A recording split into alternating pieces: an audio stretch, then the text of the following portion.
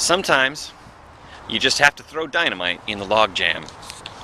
So I live here in the beautiful Pacific Northwest, and lots of logging has happened here over history.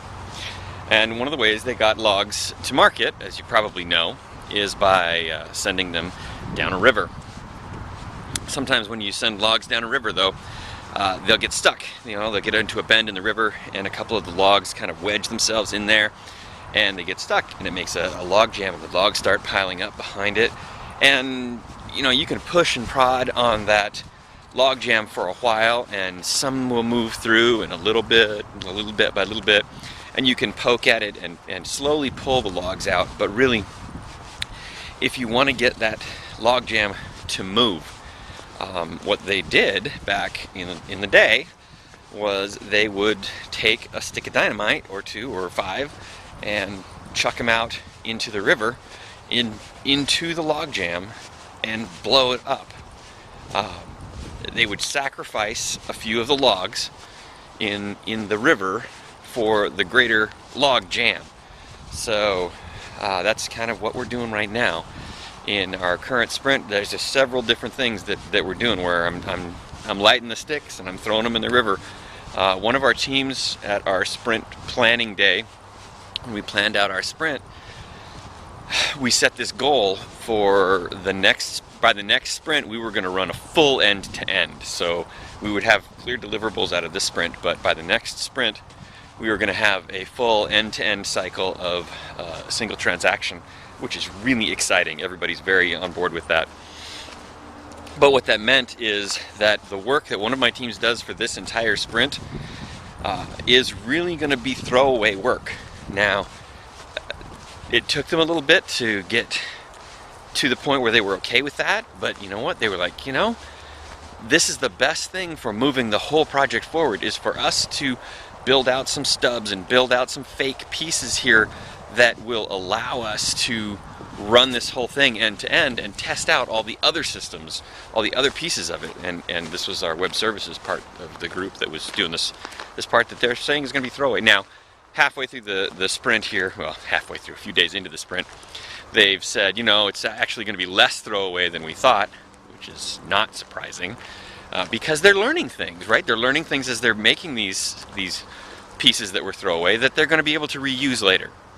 So, one piece of dynamite, they're going to do this throwaway work, but it's better for the whole project to do this little piece of throwaway work. Little piece, it's like 5 guys and gals all developing this work for 3 weeks that they know is going to be throwaway, but they're all behind it. Another thing, we have some skill gaps with needing some database DBA resources, and some very specific skill sets in DBA, as well as something called BEPL. If you're not familiar with it, it doesn't matter, but using this business language to, I'm going to just wait right here, to do some of our manipulations of data. That's all, I'll leave it at that.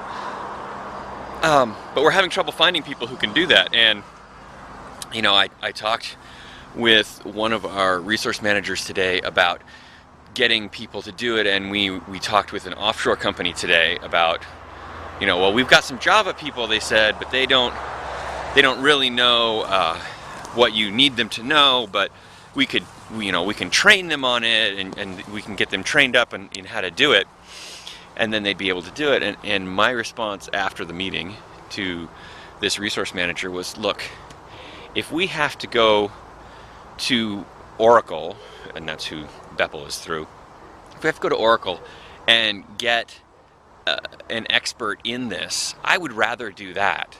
Spend a little bit extra, but you know what?